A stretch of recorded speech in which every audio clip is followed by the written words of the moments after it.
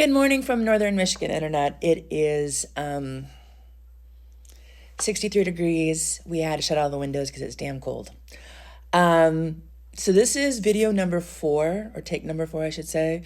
First video was too long. Second video was, I forgot something happened with the second video. Third video, the dog started barking right as I was ending.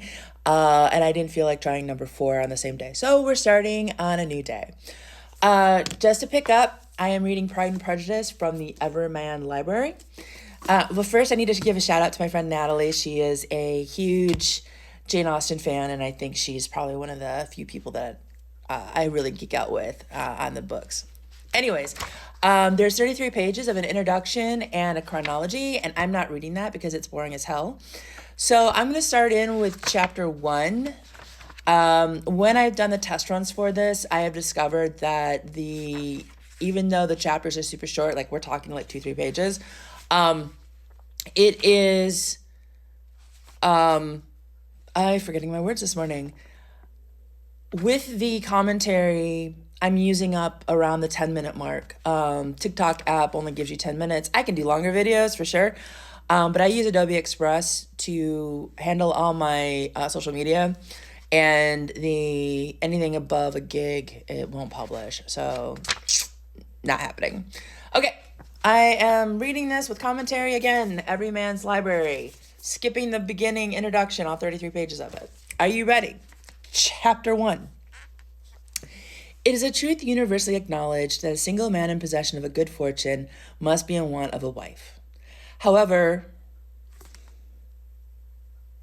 I'm pausing because before I begin with the next sentence, which begins with however, I need to tell you I really hate that fucking beginning of the book. That sentence has become overused, trite, annoying. I'm sure there's other adjectives I can use to describe it. Every article, 95% of articles, magazines, pastiches, fan fiction, whatever, advertisement, always takes that first paragraph and uses some variation of it. There's no creativity, there's no innovation, there's nothing. It's just absolutely shit. So not a favorite.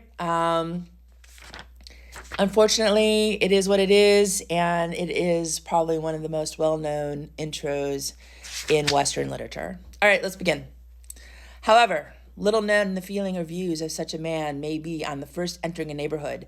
This truth is so well fixed in the minds of the surrounding families that he is considered as the rightful property of some of the other of their daughters. "My dear Mr. Bennet," said his lady to him one day, "have you heard that Netherfield has been let at last?" And we know that let means rent.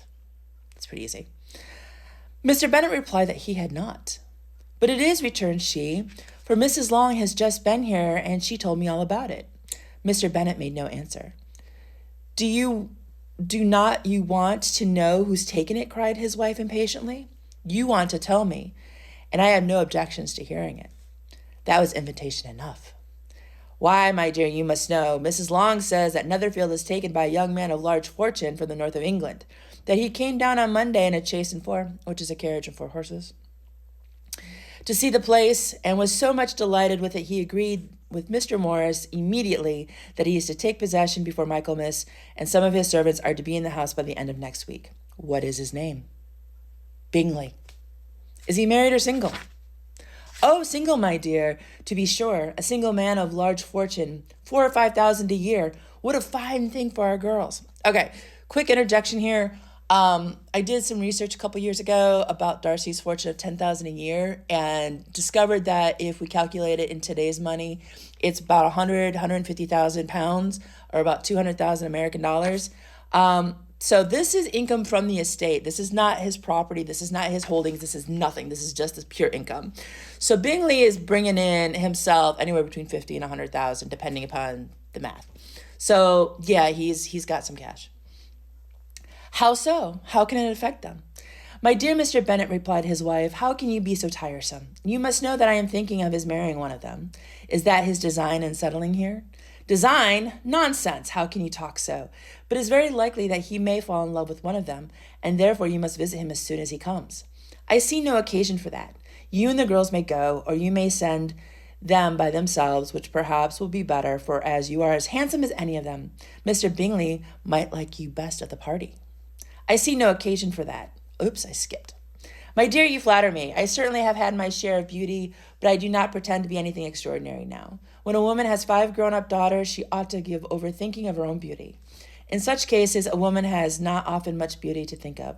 But my dear, you must go and see Mr. Bingley when he comes into the neighborhood. It is more than I engage for, I assure you. But consider your daughters.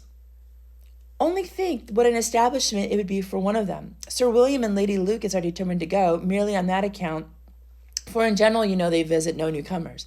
Indeed, you must go, for it'll be impossible for us to visit him if you do not. Okay, quick history check. Back in ye olden days, young ladies were not introduced to young men unless there was a third connection. So whether it was a mutual friend, a family member, whatever. So what Mrs. Bennet is saying here is that she needs the connection to be made by Mr. Bennet or the Lucases so that she can take the daughters and introduce them to Bingley. You are over scrupulous, surely. I dare say Mr. Bingley will be very glad to see you, and I will send him a few lines by you to assure him of my hearty consent of his marrying whichever he chooses of the girls, though I must throw in a good word for my dear Lizzie. I desire you to do no such thing. Lizzie is not a bit better than the others. I am sure she is not half so handsome as Jane, nor half so good-humored as Lydia. And we know what happens to Lydia. But you are always giving her the preference. There are none of them much to recommend them, replied he. They are all silly and ignorant like other girls, but Lizzie has something more quickness than her sisters. Mr. Bennet, how can you abuse your own children in such a way? You take delight in vexing me. You have no compassion for my poor nerves. You mistake me, my dear. I have high respect for your nerves. They are my old friends. I have heard you mention them with consideration these last 20 years. Ah, you do not know what I suffer. But I hope you will get over it and live to see many young men of 4,000 a year come into the neighborhood. It will be no use to us if 20 should such come, since you will not visit them. Depend upon it, my dear, that when there are 20, I will visit them all. Mr. Bennet was so odd a mixture of quick parts, sarcastic humor, reserve, and caprice, that the experience of 23 years had been insufficient to make his wife understand his character. Her mind was less difficult to develop. She was a woman of mean understanding, little information, and uncertain temper. When she was discontented, she fancied herself nervous. The business of her life was to get her daughters married. Its solace was visiting and news. Okay, it looks like I got a couple extra minutes here, so either I'm reading faster or shortening up the story. But I wanted to give a quick history talk about women in the turn of the 19th century. Women are still fucked. So there is that. During the Jane Austen's era, so the Regency Georgian era, depending upon who you're talking to, women were relegated to marriage, living with their family, becoming a governess, or a paid companion. I'm sure there were other positions available, so this is not going to give you a long introduction to English history, but that's the basic gist of it. So if a woman is not married by the time she's in her early to mid-20s, she's considered a spinster. She's shuffled off to a brother or a family member or what have you. With Mr. Bennet and Mrs. Bennet, they have 5 daughters and no heir.